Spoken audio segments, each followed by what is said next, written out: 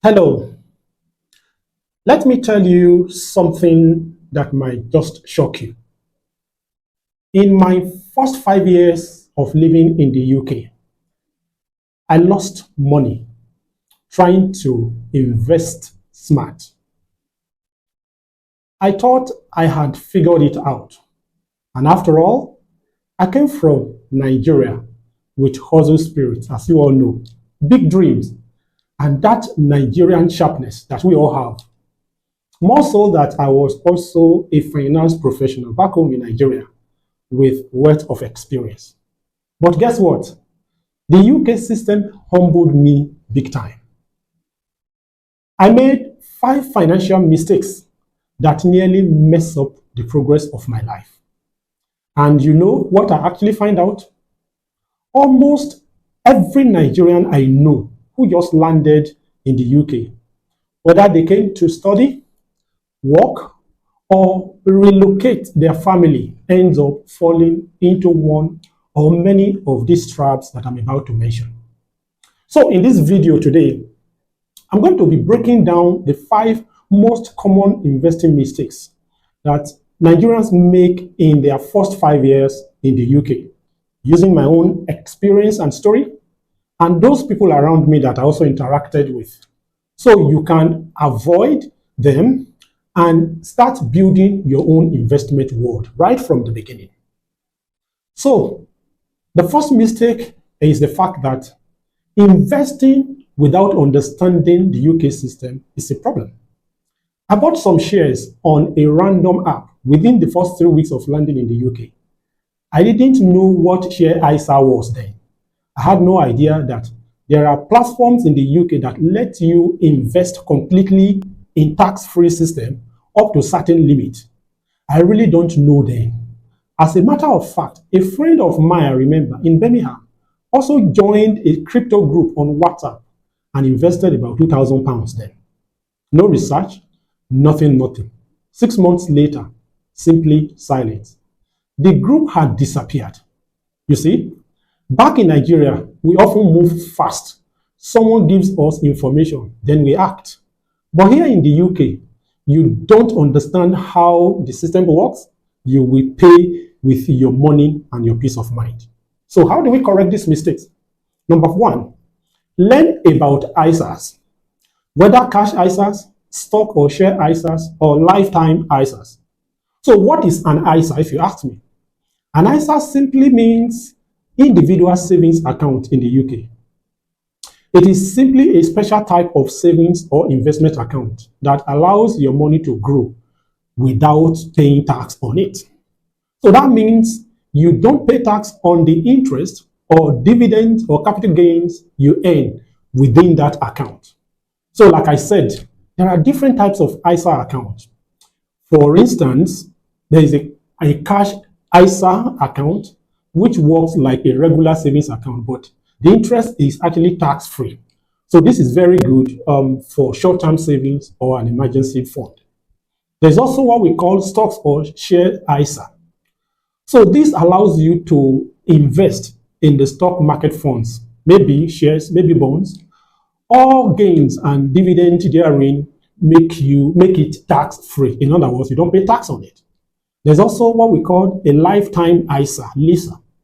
This is simply very good for people between the ages of 18 and 19.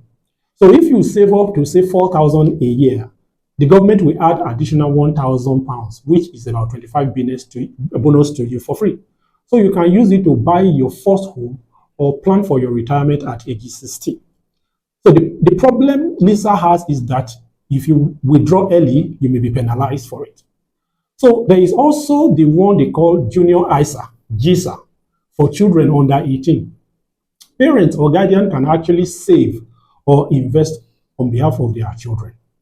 So for me, I would say use trusted FCA regulated platforms like Vanguard in the UK, AJBL, or Moneybox.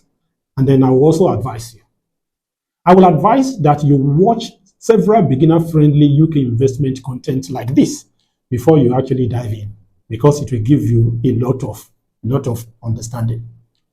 Mistake number 2 is sending all your money back home without building yourself here in the UK. This one hit me very, very hard. In my first 2 years, I was sending money to Nigeria every month by way of one assistance or another. School fees to a number of my close village people, medical assistance, group support, and contributions. Just name it, I have to give every month. Meanwhile, I was struggling here in the UK to pay council tax and topping up my gas. I remember sometimes in the past, sometimes in January 2023, when I had to borrow £50 from my friends just to buy a winter jacket. Well, this is no joke. I was cold and broke.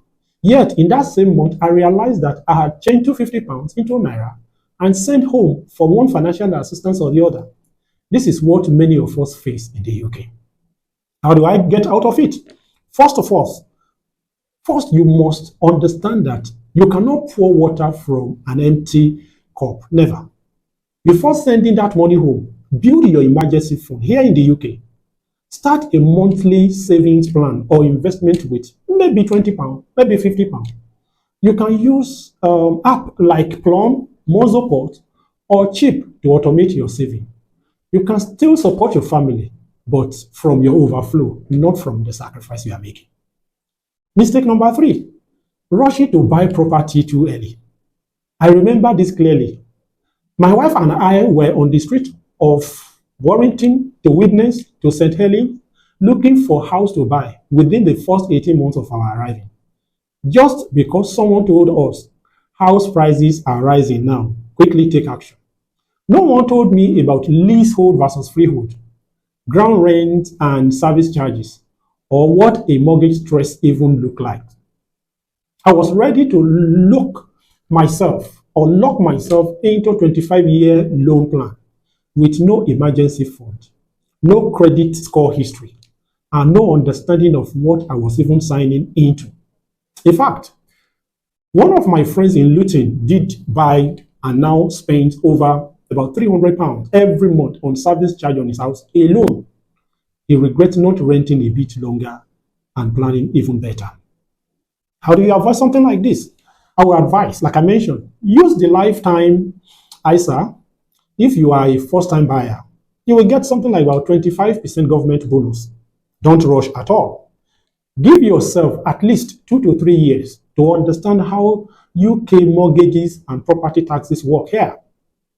Speak with a UK-based investment or independent mortgage advisor before you buy anything. Mistake number four, ignoring workplace bonuses, pensions, and benefits. At my first job, I remember, my HR asked me if I wanted to opt in into the workplace pension. I said no, because I wanted my salary, everything. Every time I put in 5%, my employer was willing to add another 3% or more. Free money, you call it. The government also would add tax relief to my pensions contributions. I met a Nigerian nurse in Nottingham, I remember, who discovered she had over £9,000 in pension savings she never even tracked at all. That money is something that she would have loved if she had opted out. So how do you avoid it? Always opt into a pension scheme as part of your total package.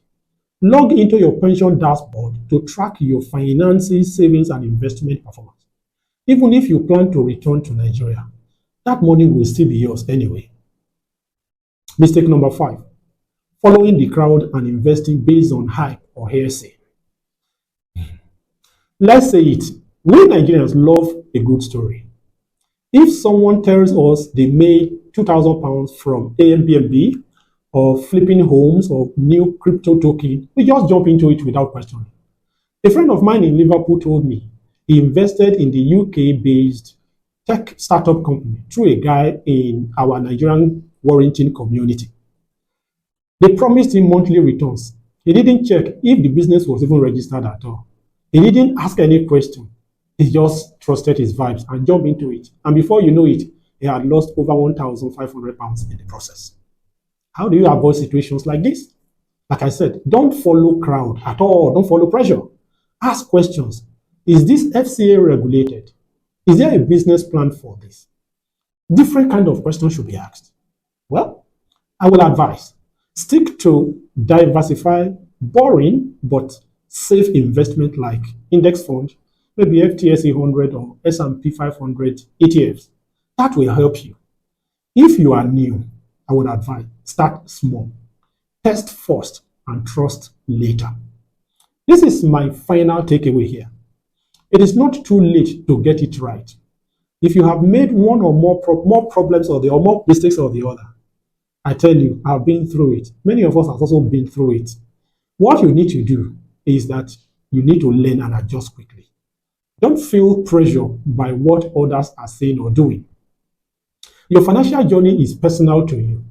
Start small, stay consistent, and always invest from a place of understanding, not fear, not hype, and definitely not pressure.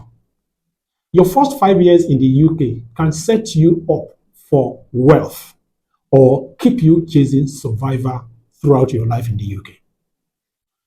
So now that you know this, learn from my own mistakes and go build something very strong. If this video helped you in any way, hit that like button, subscribe, and share with someone who just moved to the UK. And don't forget to check out my videos, previous videos that I've done in this channel. And until I come your way next week, stay blessed and have a wonderful week ahead. God bless you.